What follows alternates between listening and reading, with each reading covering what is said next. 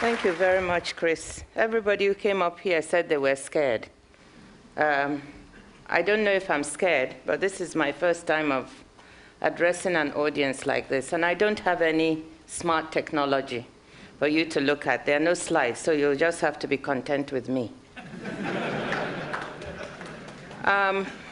What I want to do this morning is share with you a couple of stories and talk about a different Africa. Already this morning, there were some allusions to the Africa that you hear about all the time. The Africa of HIV/AIDS, the Africa of malaria, the Africa of poverty, the Africa of conflict, and the Africa of disasters. Well, it is true that those things are going on. There's an Africa that you don't hear about very much. And sometimes I'm puzzled, and I ask myself why. This is the Africa that is changing, that Chris alluded to. This is the Africa of opportunity. This is the Africa where people want to take charge of their own futures and their own destinies. And this is the Africa where people are looking for partnerships to do this. That's what I want to talk about today. And I want to start by telling you a story about that change in Africa. On 15th of September 2005, Mr. Depriya Lamesega, a governor of one of the oil-rich states of Nigeria, was arrested by the London Metropolitan Police on a visit to London.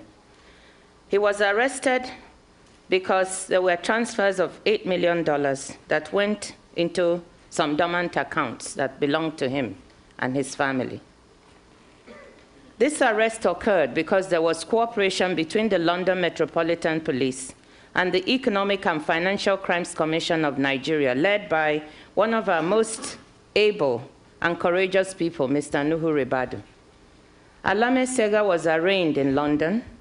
Due to some slip-ups, he managed to escape dressed as a woman and ran from London back to Nigeria, where, according to our constitution, those in office as governors, president, as in many countries, have immunity and cannot be prosecuted.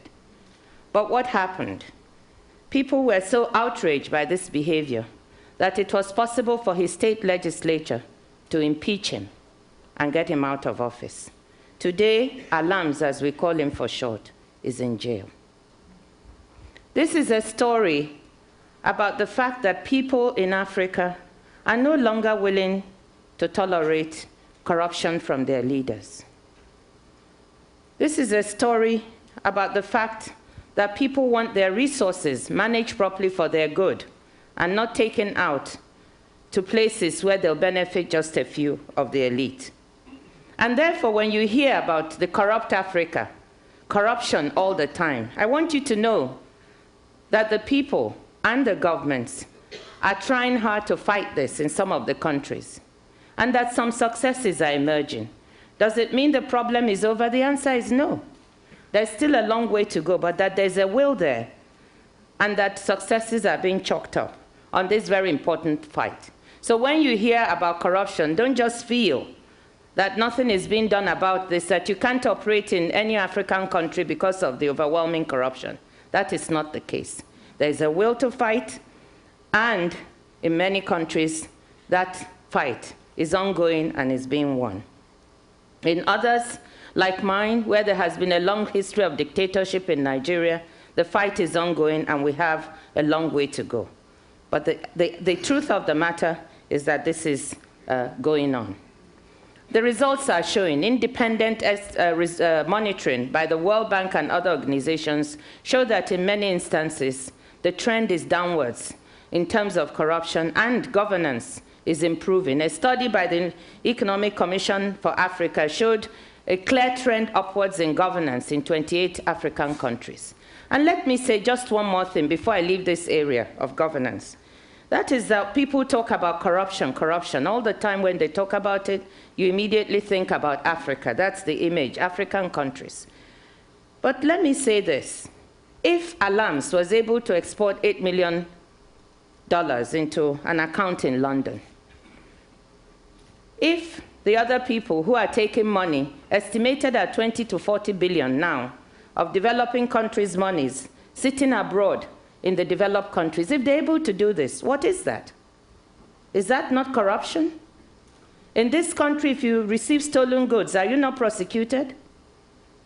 So when we talk about this kind of corruption, let us also think about what is happening on the other side of the globe, where the money is going, and what can be done to stop it. I'm working on an initiative now, along with the World Bank, on asset recovery, trying to do what we can to get the monies that have been taken abroad, developing countries' monies, to get that sent back. Because if we can get the $20 billion sitting out there back, it may do far more for some of these countries than all the aid that is being put together.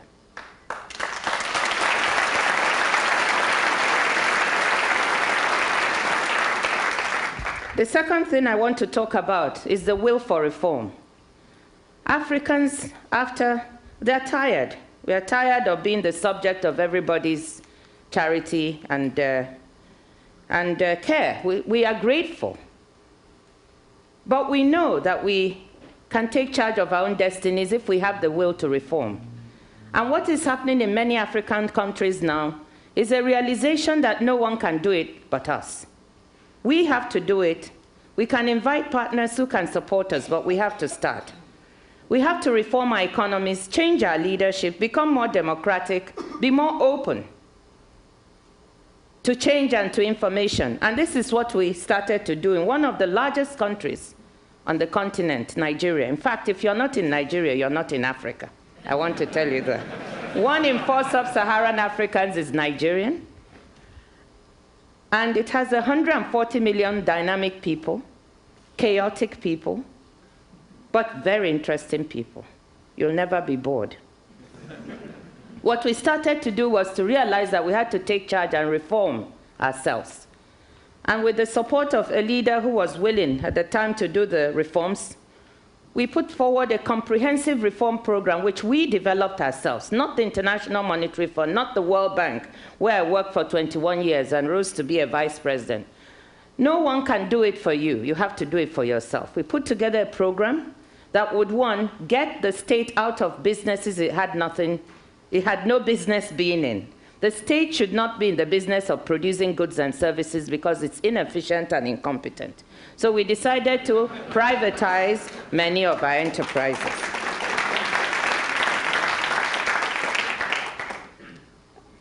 As a result, we decided to liberalize many of our markets. Can you believe that prior to this reform, which started at the end of 2003, when I left Washington to go and take up the post of finance minister, we had a telecommunications company that was only able to develop 4,500 landlines in its entire 30-year history.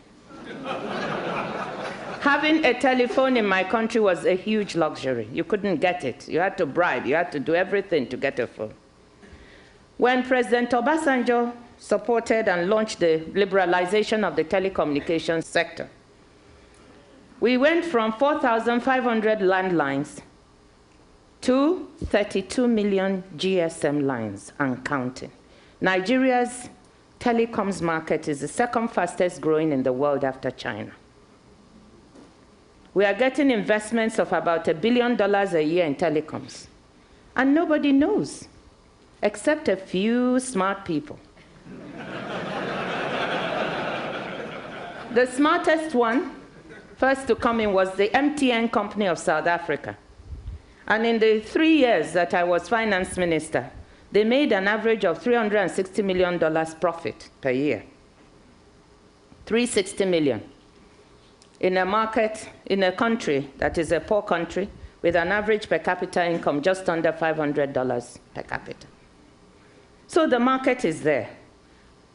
When they kept this under wraps, but soon others got to know, Nigerians themselves began to develop some wireless telecommunications companies, and 3 or 4 others have come in.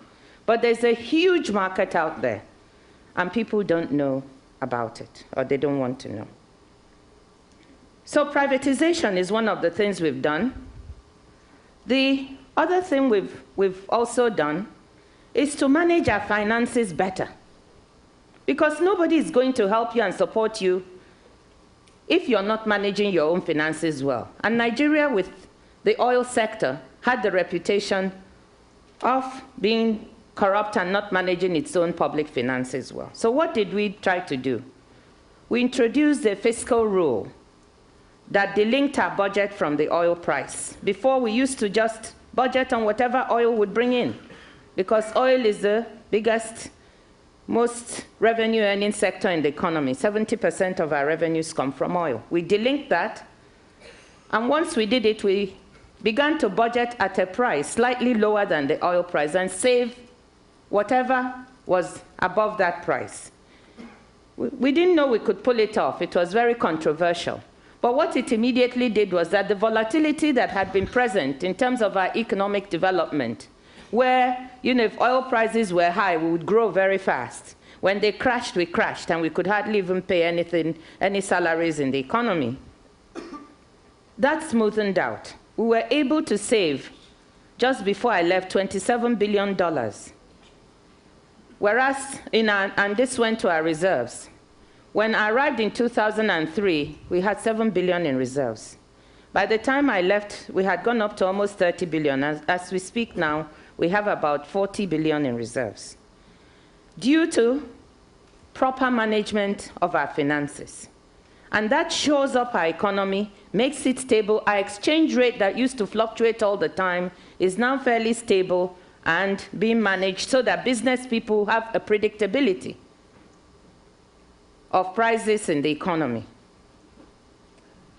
We brought inflation down from 28% to about 11%.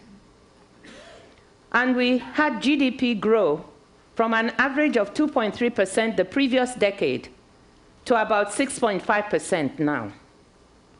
So all the changes and reforms we were able to make have shown up in results that are measurable in the economy. And what is more important, because we want to get away from oil and diversify, and there's so many opportunities in this one big country, as in many countries in Africa. What was remarkable is that much of this growth came not from the oil sector alone, but from non-oil. Agriculture grew at better than 8%. As telecom sector grew, housing and construction, and I could go on and on. And this is to illustrate to you that once you get the macroeconomy straightened out, the opportunities in various other sectors are enormous. We have opportunities in agriculture, like I said.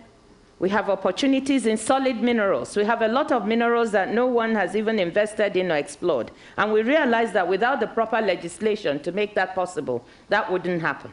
So we've now got a mining code that is comparable with some of the best in the world. We have opportunities in housing and real estate. There was nothing in a country of 140 million people. No shopping malls, as you know them here. This was an investment opportunity for someone that excited the imagination of people. And now we have a situation in which the businesses in this mall are doing 4 times the turnover that they had projected. So huge things in construction, real estate, mortgage markets, financial services. We had 89 banks, too many, not doing the real business. We consolidated them from 89 to 25 banks by requiring that they increase their capital, share capital. And it went from about $25 million to $115 million. These banks are now consolidated, and that strengthening of the banking system has attracted a lot of investment from outside. Barclays Bank of the UK is bringing in $500 million. Standard Chartered has brought in $140 million, and I can go on, dollars, on and on into the system. We're doing the same with the insurance sector. So in financial services, a great deal of opportunity. In tourism, in many African countries, a great opportunity. And that's what many people know East Africa for. The wildlife, the elephants, and so on. But managing the tourism market in a way that can really benefit the people is very important. So what am I trying to say? I'm trying to tell you that there's a new wave on the continent. a new wave of openness and democratization in which, since 2000, more than 2/3 of African countries have had multi-party democratic elections. Not all of them have been perfect or will be, but the trend is very clear. I'm trying to tell you that since the past 3 years, the average rate of growth on the continent has moved from about 2.5% to about 5% per annum. This is better than the performance of many OECD countries. So it's clear that things are changing. Conflicts are down on the continent. From about 12 conflicts a decade ago, we're down to 3 or 4 conflicts, one of the most terrible, of course, of which is Darfur. And you know you have the neighborhood effect, where if something is going on in one part of the continent, it looks like the entire continent is affected. But you should know that this continent is a continent of many countries, not one country.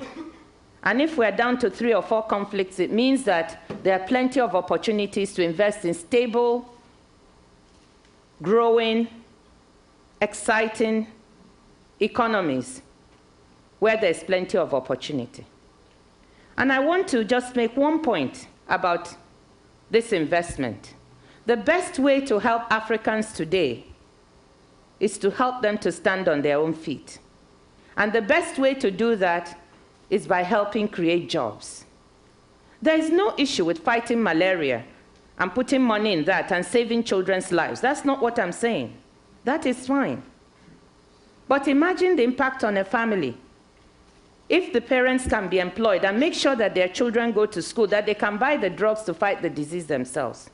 If we can invest in places where you yourself make money, whilst creating jobs and helping people stand on their own feet, isn't that a wonderful opportunity? Isn't that the way to go? And I want to say that some of the best people to invest in on the continent are the women.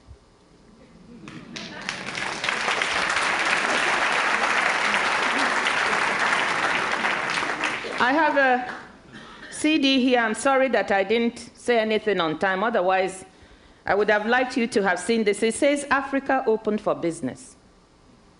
And this is a video that has actually won an award as the best documentary of the year. I understand that the woman who made it is going to be in Tanzania, where they're having the session in June. But it shows you Africans, and particularly African women, who, against all odds, have developed businesses, some of them world-class. One of the women in this video, Nike Ogunlesi, making children's clothes, which she started as a hobby, and grew into a business, mixing African materials, such as we have, with materials from elsewhere. So she'll make a little pair of dungarees with corduroys with African material mixed in. Very creative designs. Has reached the stage where she even had an order from Walmart for 10,000 pieces. So that shows you that we have people who are capable of doing it. And the women are diligent, they are focused, they work hard. I could go on giving examples. Beatrice Gakuba of Rwanda, who opened up a flower business and is now exporting to the Dutch auction in Amsterdam each morning and is employing 200 other women and men to work with her. However, many of these are starved for capital to expand, because nobody believes outside of our countries that we can do what is necessary. Nobody thinks in terms of a market. Nobody thinks there's opportunity. But I'm standing here saying that those who miss the boat now will miss it forever. So if you want to be in Africa, think about investing. Think about the Beatrices. Think about the Nikes of this world, who are doing incredible things that are bringing them into the global economy, whilst at the same time making sure that their fellow men and women are employed, and that the children in those households get educated because their parents are earning adequate income. So I invite you to explore the opportunities. When you go to Tanzania, listen carefully, because I'm sure you will hear of the various openings that there will be for you to get involved in something that will do good for the continent, for the people, and for yourselves. Thank you very much.